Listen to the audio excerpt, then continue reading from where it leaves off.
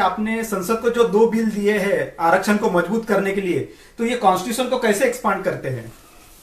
देखिए, ये वो बिल की कॉपी है जो आज मैंने दी है और ये मेरी पर्सनल मार्क कॉपी है। आज की तारीख में ये पार्लियामेंट को चली गई है और ये जो बिल्स है तो इसमें मेनली जो है preamble of the constitution of India के साथ आर्टिकल 12, आर्टिकल 15, 2, 3, 4, 5, आर्टिकल 16, 1, 2 एंड उसके साथ 4, 4A, 5 इसको जो है मेनली अमेंड किया गया। आर्टिकल 335 को अमेंड किया गया है, 12 को अमेंड किया गया है और जुडिशरी के लिए आर्टिकल 124, 2 एंड 217 1 को अमेंड किया गया है।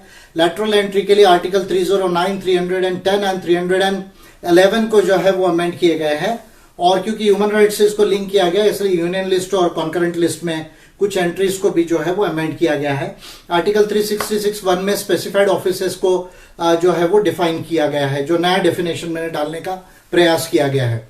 अगर इसका nature and scope of law जो है अगर देखते हैं आरक्षण का, और आरक्षण का nature and scope of law other backward classes के लिए, SC/STs के लिए जो है, तो उसमें सुप्रीम कोर्ट जो ये कहते आया है कि reservation is not a right, it is a description of the state और वो चाहे तो उसको देगा या तो नहीं देगा।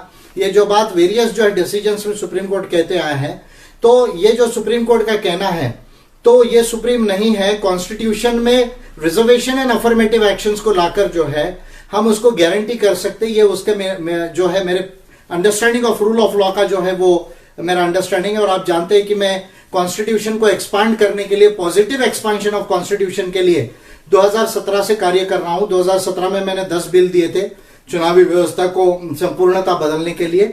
उसके बाद 2 बिल मानव अधिकारों के दिए, 2 बिल जो है वो second generation of indigenous rights, original scheduled tribes के लिए, उनके लिए दिए। और आज की तारीख में ये जो 2 बिल दिए है, ब्रीफ में मैं कहना चाहूंगा कि क्या क्या प्रोविजंस को मैंने एक्सपांड किया, ये मैं कहना चाहूंगा। एक, जुडिशरी को आर्टिकल 12 में स्टेट करके डिफाइन किया है, जो अभी यदि आप article 12 of the constitution of India देखेंगे तो उसमें judiciary is undefined in our constitution. ये एक बड़ी विडंबना है कि judiciary is undefined in our constitution.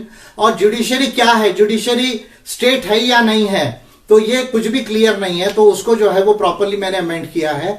उसके बाद में जो है रिजर्वेशन का जो 50% सीलिंग है वो रीजनेबल लेवल तक अगर डायर नीड है और डेटा है, और अगर मान लीजिए जस्टिस जो है वो रिक्वायर करता है, डिस्क्रिमिनेशन को रिमूव करने के लिए अगर रिक्वायर्ड है, तो 50% से सीलिंग जो है वो बढ़ाकर जो है रीजनेबल लिमिट तक ले जाया जा सकता है।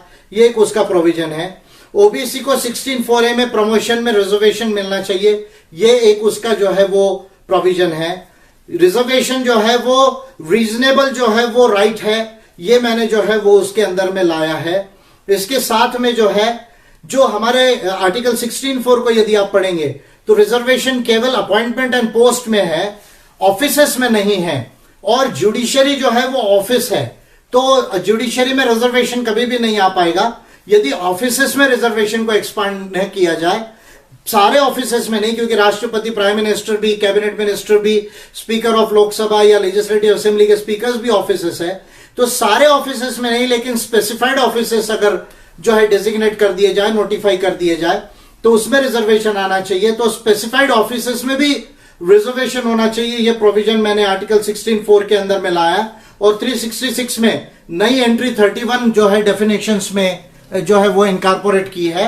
और इसकी वजह से जो है उसके साथ आर्टिकल 124(2) एंड 217(1) को जो है वो अमेंड किया है, ताकि जो है वो उसके आधार पर रिजर्वेशन इन जुडिशरी आ सके। इसके साथ जो है वो अफर्मेटिव एक्शन जो है वो प्राइवेट सेक्टर के अंदर उसका प्रोविजंस किया है। और ये अफर्मेटिव एक्शन केवल SC/ST OBCs के लिए नहीं, जो बाकी डिस्क्रिमिनेटेड कम्युनिटीज है, यानी जैसे माइनॉरिटीज वगैरह है या DNTs वगैरह है, उनको भी रिजर्वेशन इन प्राइवेट सेक्टर का प्रोविजन किया है।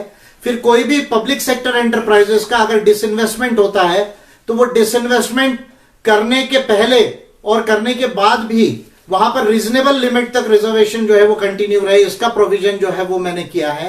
लैटरल एंट्री में जो प्राइवेट सेक्टर से लोगों को लेने की बात चल रही है, तो आर्टिकल 309, 310 एंड 311 को जो है वो अमेंड किया है, ताकि लैटरल एंट्री करते वक्त जो कॉन्ट्रैक्ट सिस्टम पे अगर एम्प्लॉयमेंट है तो उसमें भी प्रेसिडेंट और गवर्नर जो है वो रिजर्वेशन का प्रोविजन वहां पर भी लागू होगा।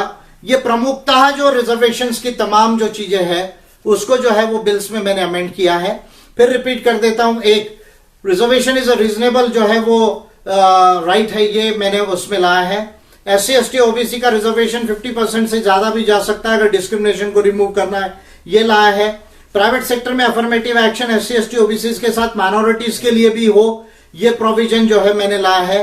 कोई भी पब्लिक सेक्टर एंटरप्राइजेस जो है अगर डिसइन्वेस्टमेंट होती है तो उसके बावजूद उसमें रिजर्वेशन कंटिन्यू होना चाहिए, ये प्रोविजन उसमें लाया है।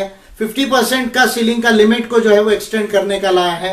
लैटरल एंट्री में रिजर्वेशन का प्रोविजन लाया है। और सबसे इंपॉर्टेंट स्पेसिफाइड ऑफिसेस यानी जुडिशरी में जो है वो रिजर्वेशन का जो है वो प्रोविजन का ये बिल जो है, दोनों बिल जो है वो इसका जो है वो इनकॉर्पोरेशन करते हैं। और भारत के इतिहास में ये काम करने के लिए बहुत ज्यादा जो है वो जरूरत थी, क्योंकि सुप्रीम कोर्ट काफी दिनों से एडवर्स डिसीजन दे रहा था और गवर्नमेंट इसके ऊपर में कोई भी एक कॉन्क्रीट बात नहीं कर रही थी। और एक के बाद दूसरा, दूसरे के बाद तीसरा, तीसरे के बाद चौथा, ऐसे कई अलग अलग वेरिड इंटरप्रिटेशंस करके थ्रू द जुडिशरी जो है रिजर्वेशन को डाइल्यूट किया जा रहा था।